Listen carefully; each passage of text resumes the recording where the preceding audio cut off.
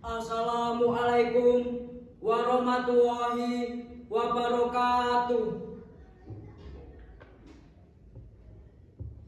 Kurit pesaksene piyu. Anggitane Carot C. Setyoko. Aku kepengin kondo babakan langit sing warnane tau biru. Lamu putih padha pacak garis kang tepise Cakrawala ngasih tawang sanjure wit klapa. Kaya donga sing tak undha semundul ming aksa. Jaya jaya Wijayanti lir ing Sanggakala.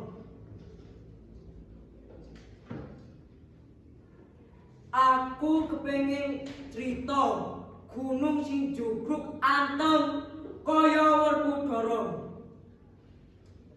Ngalas sawah mablak pindah lere sejadah sing langka watese tuk lan kali banyu mili bayoni sabrang panguripan kaya banyu susune biyung sing mbok jugruk ora mawi etung-etungan.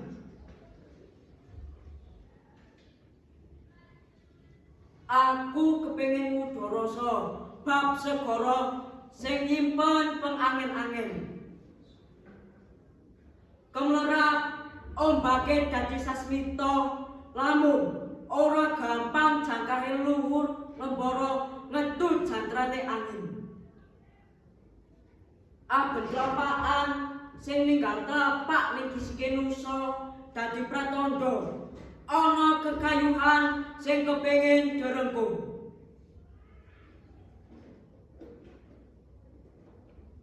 Aku kepengin crita kowe kabeh kaya nalika pengimpenmu esih kelingan kelabukan lipat lan banyu susuku urung boleh lakno rasane.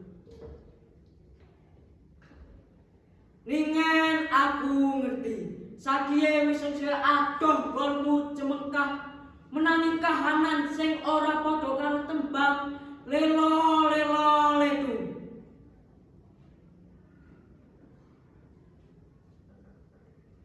Aku kepengin kondo senajan senyatane langit ora selawase biru, segara ora selawase anteng, kali-kali dadi banger mambu sabarang runtah, gunung rompal temongso beku, sesawahan ilang kedesak bangunan, pasulayan gerah semebar ning layar HP ngasih gutul tengah dalan.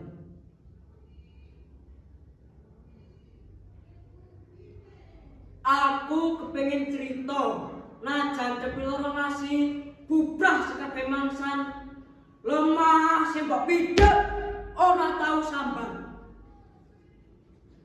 Durung dipeksa ngasih ilang alas lan sekabehe tegalan bumi ajeng tatak nunggu rika emut tembange biung.